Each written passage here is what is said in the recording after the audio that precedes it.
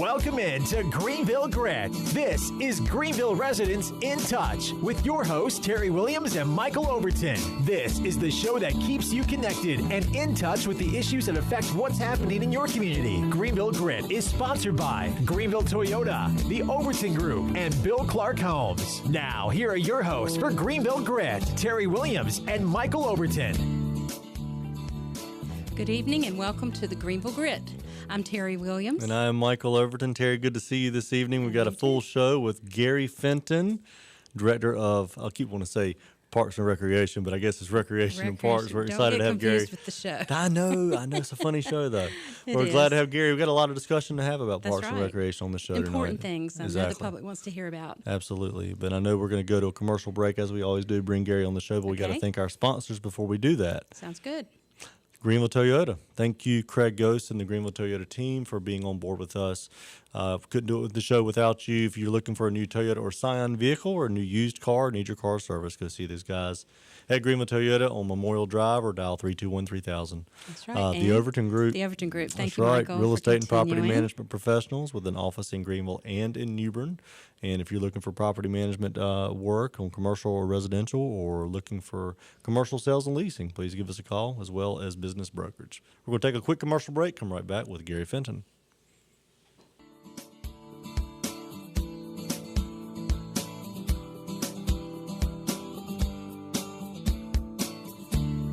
Welcome back to the Greenville Grit. I am Michael Overton, along with my co-host, Terry Williams. And good again to see you this evening. We got a great show with Gary Fenton.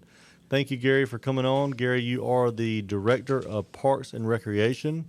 We're going to get it right, Recreation and Parks. That's right. Thank you for coming on the show with us. We've got a lot to talk about, a lot of discussion about recreation and parks.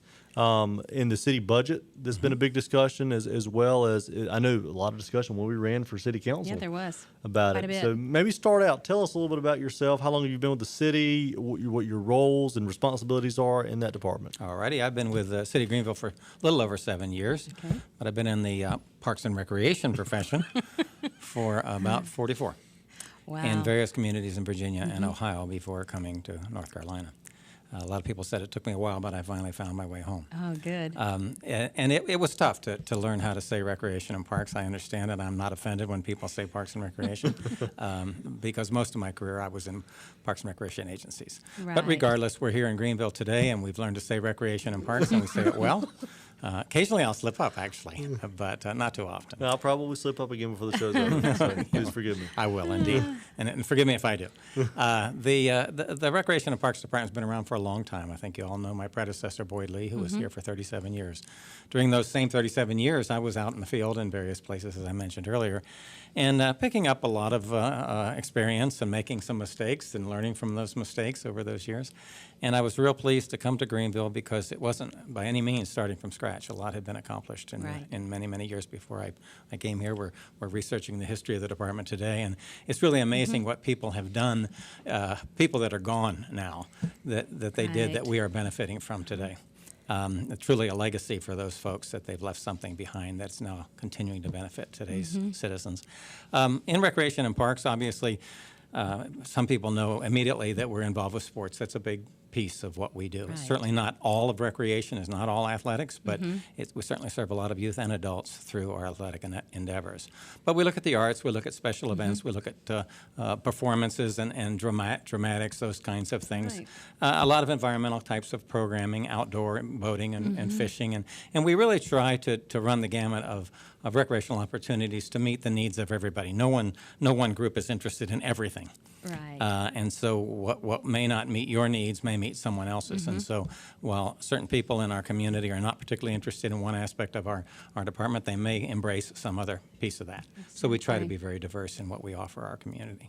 Yeah, so right now we've got baseball going on, and I guess there's softball in Absolutely. places throughout the city. Absolutely. And then I noticed when I was at one of my grandson's games, the pool's opened, or maybe they're not using it for the public swimming, but it was being used for maybe a meet or something like that. I saw they were going crazy over there, having a good time. It was so hot.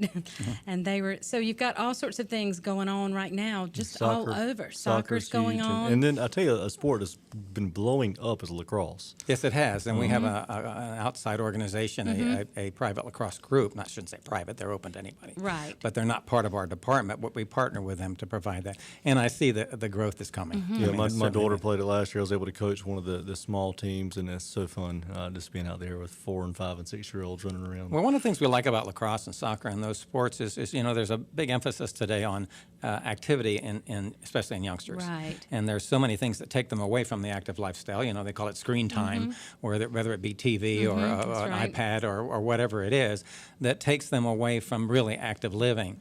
You go out on a soccer field and you watch hundreds and hundreds of kids all moving constantly. Right. And you say, not everybody's stuck in the house, looking at those things.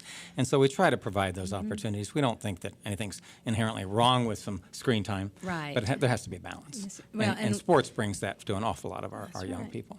And right now, also, you're getting ready for summer camps, I guess. We have a lot of summer camps. They're filling fast. Yes. I don't know how many vacancies we have in some of our camps. They generally run 8 to 10 weeks with 1 or 2 week sessions. Right. What are some of the camps that you guys have? Well, got we have going an on? arts camp, we have a nature camp, we have sports camps. We have all kinds of playgrounds that have a whole variety of activities associated with them. Again, active and passive. We even have one that we're really emphasizing gardens, and we're building a garden. The kids will build the garden. Right. Oh, we that's cool. We got a grant for that, and trying to teach them, that nutrition doesn't necessarily always taste bad. Right. Exactly. And so to try to introduce them to that, and even have an opportunity for them to take some of the products home and share with the family. That's interesting. So we do look, again, kids have different interests as well. So how many employees, I guess, do you have in the Recreation and Parks Department? We have about, I think, 59 full-time right now. A lot of those are maintenance. Of course, others are tied to a particular facility, a rec center or an athletic facility or something. And a few are in the arts and custodial work, and a few in planning in terms of creating new parks or fixing up old parks. Now, I have a quick question. Recreation Parks, like if I want to take a pottery class as an adult, you offer all of these types of things. It's not just for kids. That's right. We do feel recreation is a lifelong Right. endeavor. A lot of times, obviously, the pastimes may change. Some actually last a lifetime. There are certain Exactly. sports and certain activities that are good no matter how old you are or how young you are. In other cases, things change over time. Right. But we do feel, I can remember a Rec 101 teacher back in the early days, the Stone Age, I think they call that, but who said, that you got to remember that recreation is recreation. It's about somehow being better for having participated. Right. And if somebody comes away from an art class or an outdoor concert or a fitness program somehow physically or mentally better for having participated, then they Right. recreated. And by the way, if they didn't come back better, they didn't recreate. They may have been working a sport rather than playing it. Right. But if they're not improved, then they really didn't recreate. But that's the whole thing. Recreation's good for everybody. How many activities are you guys running over the At next any few given months at time. any given time? Well, probably. If you look at a camp that might go on for 8 weeks as one program, although it serves different families every week, we're probably talking maybe 120, something of that nature. It's probably, when you look at the individual sessions, it raises much higher than that. Our soccer program, for instance, in the spring and the fall has somewhere near 1,100 people in it, but that's one program, okay? Yeah. So some of our programs have 10 people in them, and some have thousands. It just depends, and each one of them is a single program. Where would people go get some information That was my on what next activities are coming up in the times and Well, what number cost one, there is? we have a brochure, a program brochure that comes out twice a year that tells all the details of just about everything. It's it's a book. It's a book, Yeah. and it's a real menu. If you want to know everything we're doing, that's the Right. place to go. But you can also go online and find that online, or online at the city's website, greenvillenc.gov, and obviously go to Recreation and Parks. Right. And all of the programs and services that we provide are listed there as well. If people want to pick up a copy of that brochure, they need only call us, and we can tell them where they are. We have them in the community and businesses and in our facilities and Right. city facilities, and we can tell them someplace that's near their place. They can always come to our office as well. Is there a general cost for doing these activities? Yeah, and it depends on what that cost is and how, it depends on what the expense of providing the service is and how much of a general interest is, or there is in the service, or if there's a very specific A specialty or specialty. That's gonna try to recover maybe 100% of its direct costs, and so we'll set our fees based on 10 people. If the cost of the program was $500, then it might be 10 people paying $50 each. In some cases, for instance, swimming, our pool, there's an admission to get in, but it doesn't cover the 100% of the cost Right. because we want to make sure any young person that wants to get into the pool can do so. Yeah. So Now, if you're not a citizen of the city limits of Greenville, you can still participate. Is that not correct? you can. Maybe In pay general, there is a higher fee. It's about Right. 50% higher. So if the Okay. fee was $20, it would be $30 for a non-city resident. Okay. There's always confusion about that Yeah. because some people don't live in the city who have a Greenville address. Right. Other people do live in the city and don't have a Greenville address, Exactly. and they'll swear to us, I'm a resident, and somehow they think they are, but Right. the books tell us, Right, exactly. and Okay. sometimes we have to break that gently to them. Exactly. Well, that's good to know, too, that people in the county, outside of the city, Winterville or Ayden or Bethel, any of the towns, have the opportunity to come and Yeah, still and for the take most part, I think those communities, I know Winterville, for instance, they do the same thing. They'll have a Right. higher fee for the non-resident, Exactly. understandably, but they do not close their programs to non-residents.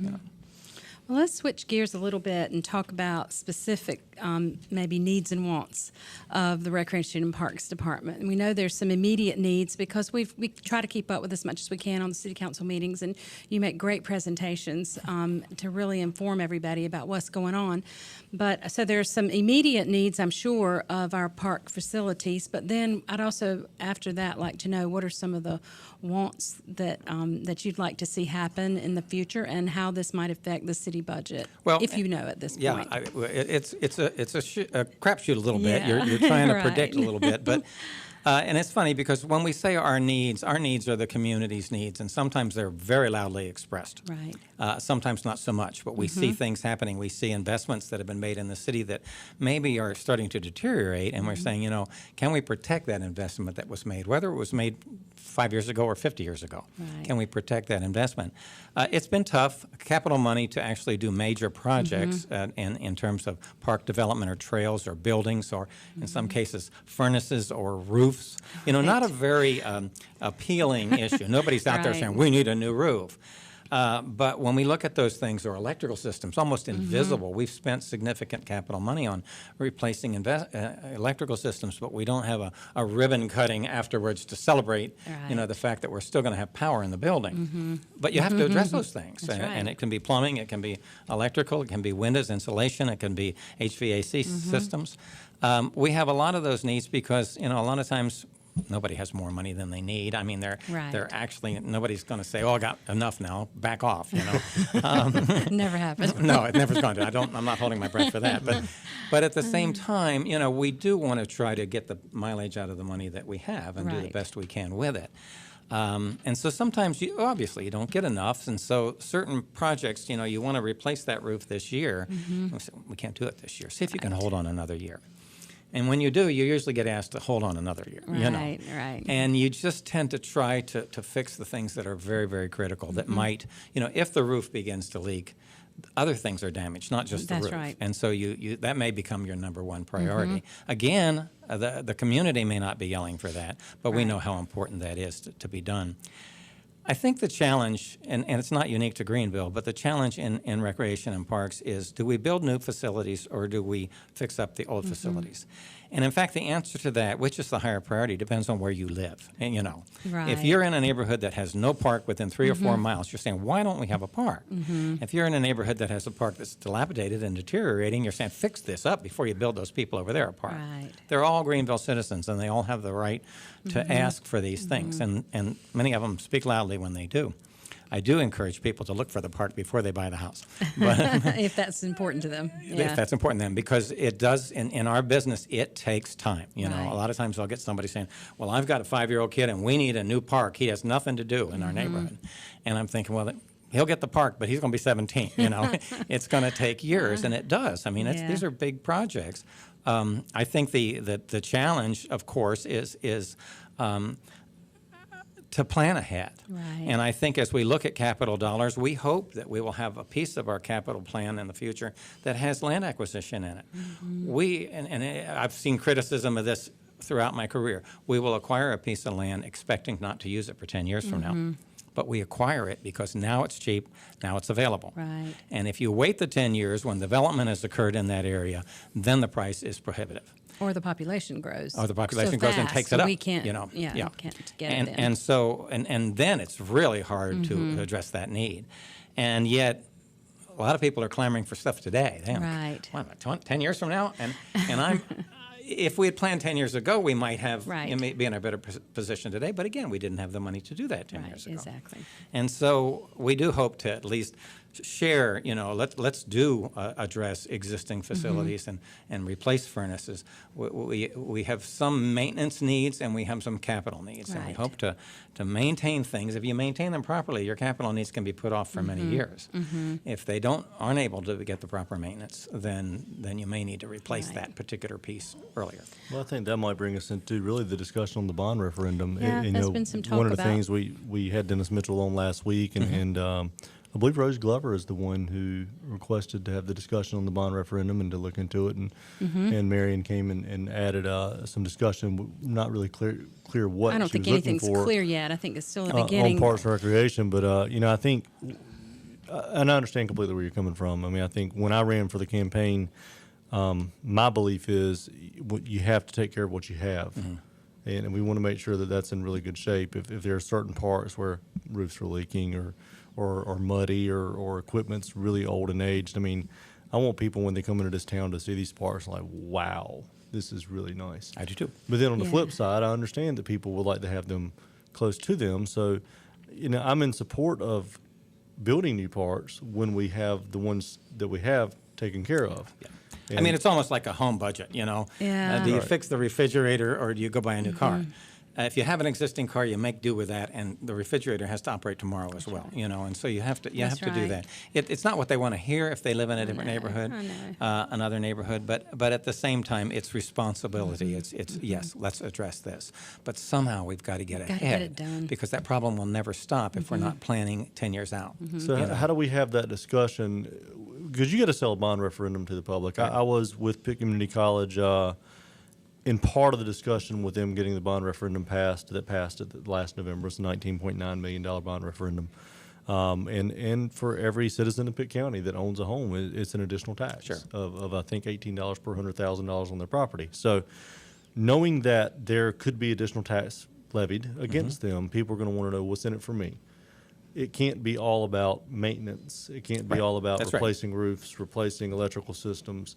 It has to be such a broad discussion. it is broad. To say, for this group over here, this is good. For the economic development group, this is good. For the Parks and Recreation group, I mean, what are some of the things that you would want to see in that bond referendum that could help you take care of what you have, but also allow you the opportunity to grow, with leaving us the opportunity to take care of that stuff in the future? Well, and that's an operating cost. That's always, when early in my career, I would I would go before a city council and say, we need to build this, and the council member would say, well, how are you going to operate it? And my response would be, oh, we'll figure that out when we get there. Today, I'm the person that the council member is saying, we need to build this, and I'm saying, how are we going to gotta operate figure it? Operation is forever. Right. Absolutely. Capital is basically one time. So it's a great question that why would somebody vote for a bond referendum? Only if they see it as an investment and not just an expenditure. And, I would hope our community recognizes that just because you don't use that particular facility does not mean that the community doesn't benefit from it. Right. And when you mention economic development, that's not a separate issue from recreation and parks by any means. If you look at what attracts businesses today, a high quality of life is a major consideration of a relocation of a business or a startup of a business, Right. because they look for places that have a high quality of life, that their employees are going to be happy and will stay around. And we're a big piece of that. We're not the only piece of it, of course. But a good park, you won't find a town that has a high economic level, a healthy economy, a really healthy economy, that doesn't have a high quality of life, Right. that isn't attractive, that doesn't have some tree-lined streets and recreational opportunities and fitness opportunities, Right. those types of things. And so to get a bond passed, obviously it goes beyond just the quality of life, but for an awful lot of people, that quality of life is what it's about. And they say, it's going to be in our neighborhood, it's going to be easy to get to. I would like to see, in terms of any new facilities, I might like to see a few more spray grounds. Maybe not as elaborate as the one we've put in, But it is fabulous. It is fabulous, and it's been a great success. And the nice thing about spray grounds, there is a significant investment up front, but operating money is much cheaper than a swimming pool. I'm not saying we don't need an outdoor pool, Right. but because there's competition, there's fitness, there's those types of things. But an awful lot of our young people and families just want to go get wet and Right. enjoy the time and cool off and have some socialization. And that's what spray grounds do for you. Right. And now that we've introduced one in the community, we're hearing from a lot of people Yeah. who said, well, can you put one over here and one over here so that we don't have to drive so far. Right. We are very concerned about driving in our community and trying to That's get away right. from that a little bit and give people an opportunity to get there on a bike or on foot safely. Right. And that's all part of recreation as well. And so I think that would be a big piece. But to find something in each neighborhood that is significance that's needed. I mean, not just, Right. oh, wouldn't that be nice, but something that truly will have an impact on that neighborhood and surrounding neighborhood. And will appeal to a wide variety. I mean, we might want to increase our baseball facilities because we need more fields. Will that appeal to people that never play baseball? Maybe not. But Right. would expanding our soccer fields or lighting a few of our fields appeal to them? Let's give people an opportunity, number one, to see something that they like if we can. Right. I mean, we'll have a limited amount of money, even with a Yeah. bond, of course, and we'll have to choose carefully. But what we would hope for is something that has a lasting impact on a lot of our community. That's right. Michael and I are both in real estate, and I know for me, when people are relocating, they do want to know about the parks. What can we do for recreation? And they are all about the greenways. We might not all Very use them, popular, yeah. but it's very popular. And so that, to me, would be something important. I don't know what's in the budget now to complete the plan, but maybe to finish projects that we've got. That's right. I think is as important as starting something new. And the interesting thing about our greenways, I'm so thrilled about where we are now. It's really moving. There are people jumping on the bandwagon where when we did the first piece some 20 years ago or so, a few people got excited about it. But now that we've connected to others and there's some pieces of it that are just beautiful, Right. you do feel like you're out in the country. And in fact, you're very in an urban environment, just right there. But it gives people a place for walking or riding a bike that feels good, safe, and beautiful. And let's make more and more and more. That's right. And the day will come, I'll be gone, but the day will come when there is a system of greenways through our community, and when a developer develops a new neighborhood, he or she will probably say, you know what, for a little bit of money, I can build a connector to that trail. Right. So that I've there's already easy heard that. access. Actually, Yes. I've heard that on a recent commercial development that Yeah. we're looking at because it's not far from a proposed greenway, saying that would be a fantastic connector. A lot of I think hotels it's a do that great today. idea. They'll build a connector from the hotel to the greenway. Well, we do have to take a quick commercial break. Please come back with us in a couple of minutes to finish this discussion. So we'll be back in 2 minutes to finish up with Gary Fenton.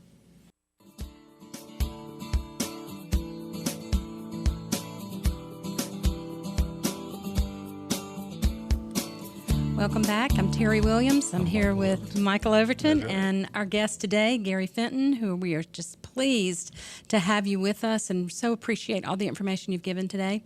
One point that we haven't been able to cover, and I know we don't have a lot of time, but I would like for you to update us on the Tar River Legacy Study and where we are with that. I know there have been 2 public input sessions. That's correct. And you said maybe one more One coming more up? in July.